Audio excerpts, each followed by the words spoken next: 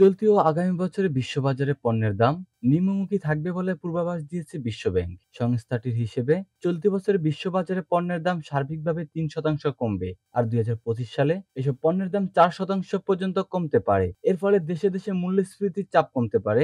সম্প্রতি প্রকাশিত commodity Outlook প্রকাশ করেছে সংস্থাটি। এতে আন্তর্জাতিক বাজারে প্রায় ১০০ অতি প্রয়োজনীয় ও নিত্য ব্যবহার্য পণ্যের দাম আগামী ২ বছরে কতটা বাড়তে পারে বা কতটা কমতে পারে সেই পূর্বাভাস দিয়েছে বিশ্বব্যাংক। দাম কমতে পারে এমন ৬টি উল্লেখযোগ্য পণ্য হলো ইউরিয়া সার, কয়লা, এলএনজি, চিনি, গম ও ভুট্টো। আর দাম বাড়তে পারে জ্বালানি তেল, পাম তেল, সয়াবিন তেল ও তুলার।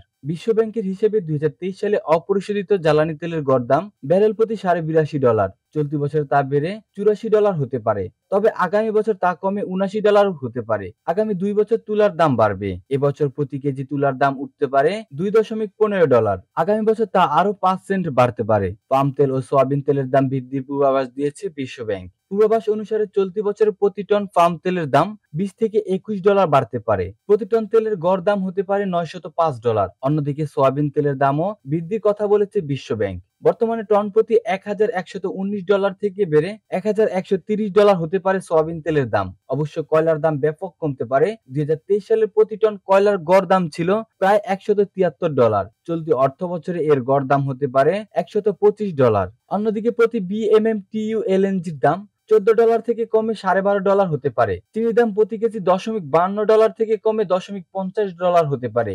একইভাবে প্রতি টন গমের দামও $৩৪০ থেকে কমে $২৯০ হতে পারে। পোল্ট্রি ফিডের জন্য বিপুল পরিমাণ ভুট্টা আমদানি করা হয় বাংলাদেশে। আন্তর্জাতিক বাজারে ভুট্টার দামও কমতে পারে।